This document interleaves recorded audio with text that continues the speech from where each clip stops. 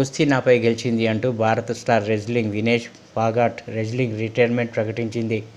కుస్తీ నాపై గెలిచింది, నేను ఓడిపోయాను, నన్ను క్షమించు, మీ కల నా ధైర్యం విచ్ఛిన్నమైంది, నాకింకా పోరాడే బలం లేదు, మీ అందరికీ రుణపడి ఉంటానని ఎక్స్ వేదికగా తన నిర్ణయాన్ని ప్రకటించింది. ఆమె నిర్ణయం ప్రతి ఒక్కరికి షాక్ గురి చేసింది. అద్వితీయ ప్రదర్శనతో పారిస్ ఒలింపిక్స్ రెజ్లింగ్ ఫైనల్లో దూసుకెళ్లి ఆ ఘనత సాధించిన తొలి భారత రెజ్లింగ్ చరిత్ర సృష్టించిన వినేష్ ఫాగాట్ దేశానికి మరో పథకం ఖరారు చేసిందని భారత్ సంబరాలు చేసుకుంటుండగానే చేదువార్త వినాల్సి వచ్చింది. ఉండాల్సిన బరువు కంటే 100 గ్రాములు అధికంగా ఉందన్న కారణంతో ఆమెను అనర్హురాలుగా తేల్చడంతో దేశం యావత్తు నిర్ఘాంతపోయింది. తనను అనర్హురాలుగా ప్రకటించడంపై Vivek court of arbitration for స్పోర్ట్స్ను ఆశ్రయించింది. తాను రజత పథకానికి అర్హురాలని ఫిర్యాదులో పేర్కొంది.